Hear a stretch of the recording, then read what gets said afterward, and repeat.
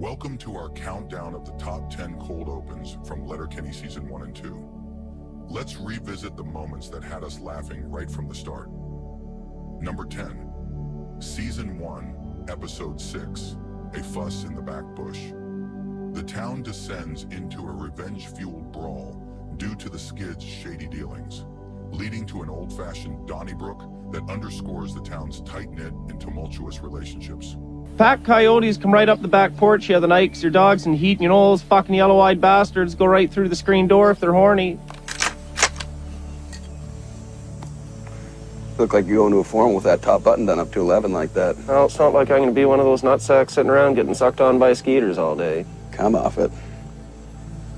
Well, pitter-patter, let's get at her. $60 per dead coyote ain't gonna collect itself. I think I'll have a bumper dump before we get started. I don't give a care. You ever had a bumper dump? It's not polite to talk about. Though I do gotta piss so goddamn bad. When you have a dump, lean it up against the back of the bumper of your machine. Well, it's pretty near like it sounds then. You ever had a stump hump? You know, I think I did, but I can't November. It's when you have sex. With a girl? Yeah, with a girl. Bent over stump of a tree. A friend said he had sex inside a hollowed out log one time, and I thought, well, I bet Fred Penner pulled that off one time too.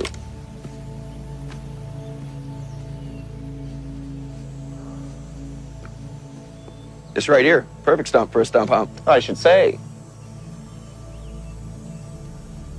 Wayne, Derry. come over here and join me for a sec. Oh, well, fucking why? Does appear somebody's been growing marijuana in your back bush. You left the barn door open after chores one time, and your dad thought you were stoned, but you haven't smoked the electric lettuce since grade 8. Number 9, Season 2, Episode 5, Uncle Eddie's Trust. The group discusses the concept of hard nose in relationships, leading to a candid and humorous conversation about personal boundaries. You ran out of beers with your pals the other day. What, do you have some kind of drinking problems? What's the problem now? That's alcohol's abuse.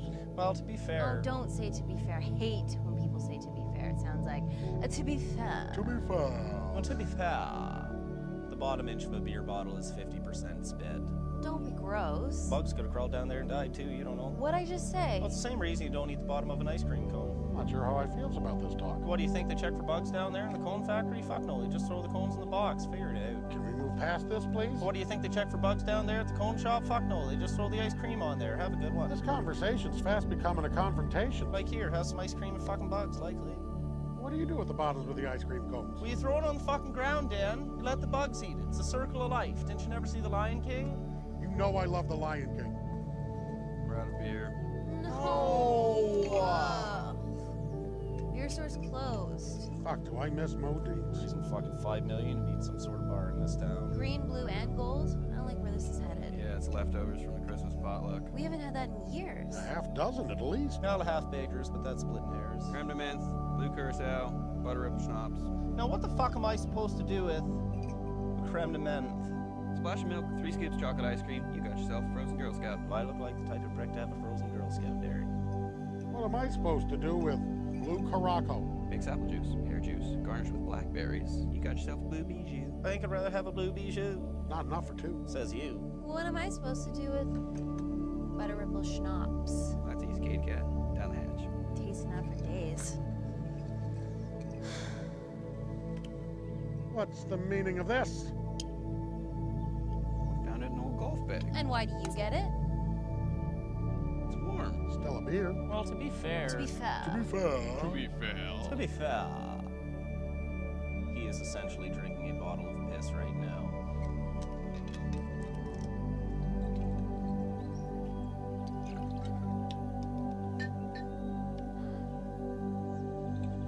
Now, you're no mixologist, but your best bet here is to mix them all together into what you call donkey juice. However, to be fair, donkey juice will make you spit. Number 8, Season 1, Episode 5, Rave. Daryl proposes starting a pest removal business, while Stuart decides to become a DJ and host a rave, illustrating the contrasting ambitions within the community. Bit of fuss down at the church the other day.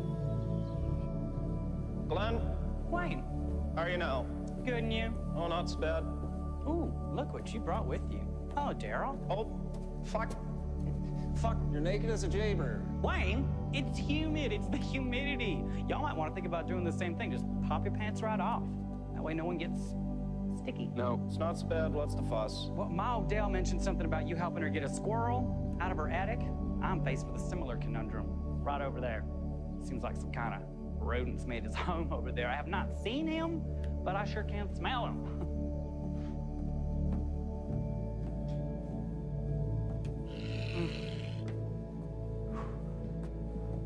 It's a possum. Possum. That's right. Oh, pitter patter, let's get at her. Do you want to know what? I'd reach into a pirate hooker's chamber pot before I'd reach in there, and I'm gonna tell you. Possums are immune to snake venom. They could probably survive a nuclear blast. I think it's pronounced nuclear. But it isn't. They're mutants. They have forked fucking penises. We should all be so lucky. They do this thing called playing possum where they appear dead and emit a death stink from their buttholes. Fuck. Found one playing possum one time, thought it was dead and buried it. Dug itself out a few hours later and fucked a hen right in front of her chicks. Wayne, think about the swear jar. You're putting so much money in. All right, let me take a peek, see? Pitter patter. Always had a skilled hand at wrangling vermin. Thank you, Daryl. And that doesn't surprise me. No sweat. No sweat in this heat. That is rich. That's funny. Honestly, though, just take off your jumper. I'll hold it for you. You'll crawl up in there. No one gets Glenn? dirty. Glenn? Yes. Let's take about 20% off her up there, all right?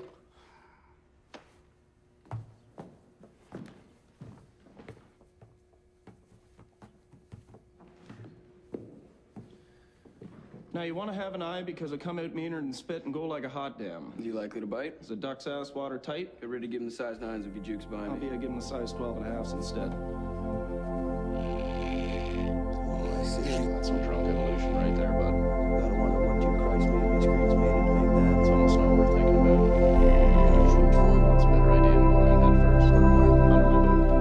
Boys, just do your best not to make too big a mess, all right? And I am sorry again about all this heat. For fuck's sake. You wish there was a Pied Piper for possums, but there isn't, so you're gonna have to just keep picking them off the 22. Buckle up, because they're fucking ugly.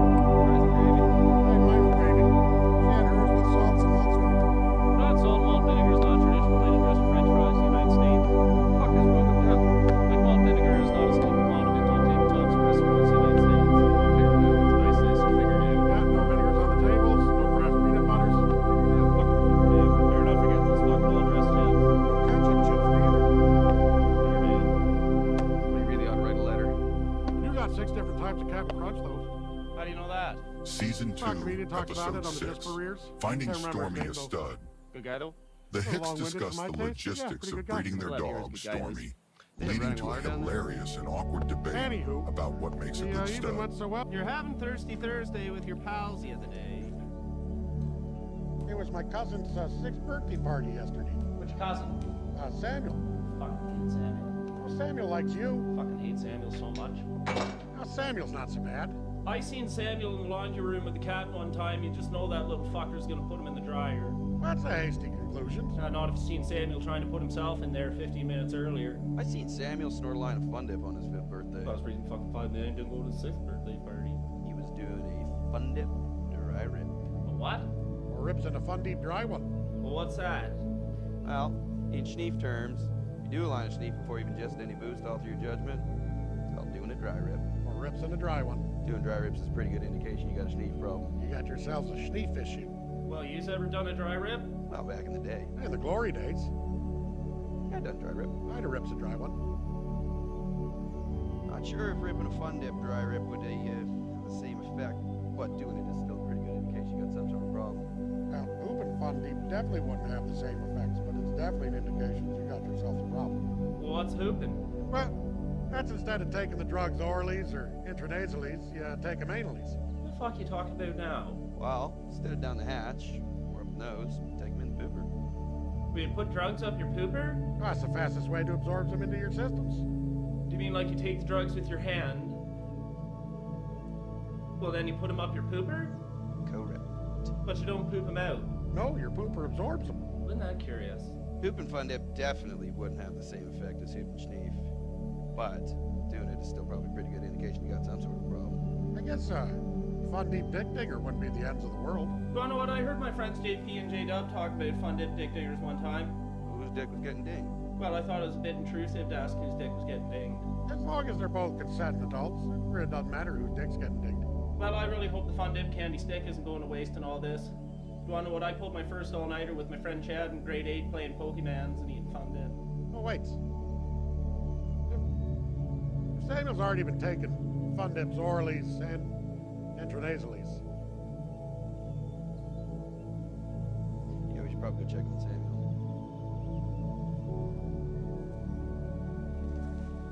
I fucking hate Samuel so much. And finally, at number 1, Season 2, Episode 1, A Fuss at the Ag Hall. Wayne delivers a rapid-fire, alliterative monologue, often referred to as alphabet aerobics, showcasing his linguistic prowess. Attention. An amateur MMA asshole asked you to engage in aggressive altercation. Who the fuck is the toughest guy in here? That'd be me.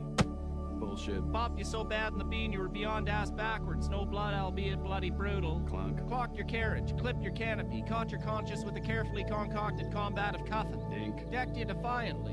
Easy. Ended you efficiently. Fucking Fucked your face up from front to Finland in a fairly unfair fashion, unfortunately for females. goof. So you got up, gathered your goods, got some gonads, got after the goofy goon, gave Glory a good go.